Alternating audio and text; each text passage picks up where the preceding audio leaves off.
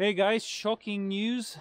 I'm in the woods going up the mountain. See, road goes up, this way goes down, and we're in the middle of nowhere going up the mountain in a search for the Crosswind Pro that went missing at the start of the year. So we've got about 500 meters in elevation to do, and then we're gonna be flying the Phantom. So let's see what will happen.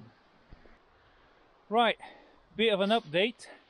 So we are literally in the middle of nowhere.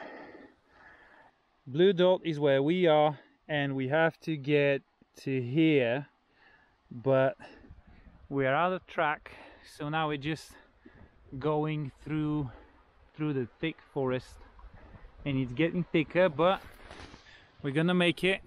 Nature is awesome though this time of year. It is absolutely spectacular, and the only thing you can hear is the sound of the river down there, and it's just the beauty of autumn all around you, and hopefully the predominant lack of wolves. All right, on we go then.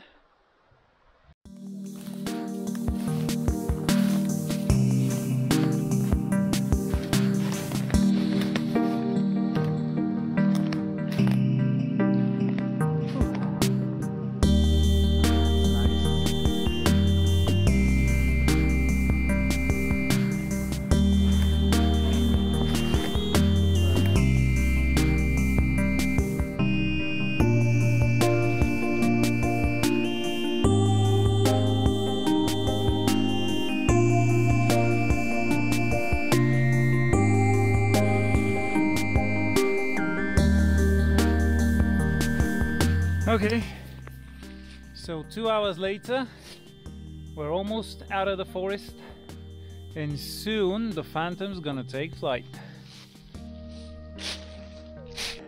We're almost at the top, and this is as good a location as any to fly from. The goal is to fly up there and all the areas around here, because who knows where the wind brought it. And yeah, let's get to flying.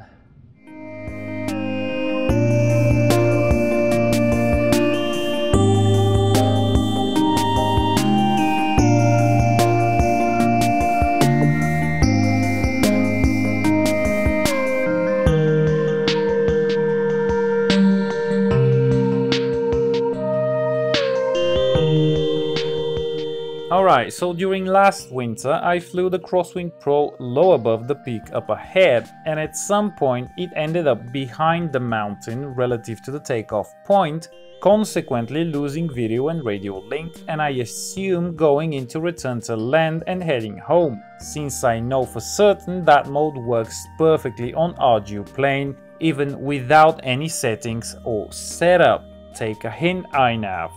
Problem is, when it goes into return to land, by default it plots a line from its current altitude down to 100 meters above home point and starts a slow descent as it moves towards home, which means that since it was behind the mountain far enough to lose link with the ground, once it turns around and starts coming down even more, it will eventually hit said mountain, and in fact the projected place of impact, based on the behavior it would have had upon loss of signal, should be around this area.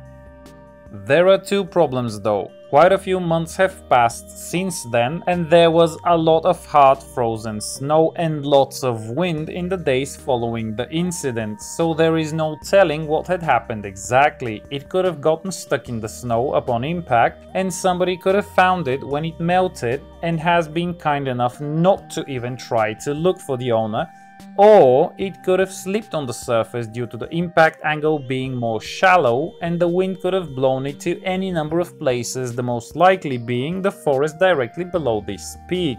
So I did look around, flew for over an hour since I had prepared 8 batteries for the Phantom. Luckily mine is also the Phantom 3 Pro version 1 with the more powerful and higher kVA motors, so it is coping better at altitudes. and I went through the whole area, rotated around patches of rocks, trees, even more trees, moved along the whole periphery of the forest, and actually coming at this time of year was a good idea because the lack of leaves would help see better through the trees, unless it is buried below them somewhere, but sadly there was no sign of it. I did find the deer though, and it looked both interested and scared of the drone. Sadly, I lost it in the trees, having only a 7-inch screen on my Nexus 7 tablet to look at, but the important thing is, plane wasn't there, or at least wasn't in this area, which by all calculations and projections is the most likely place it would have ended up.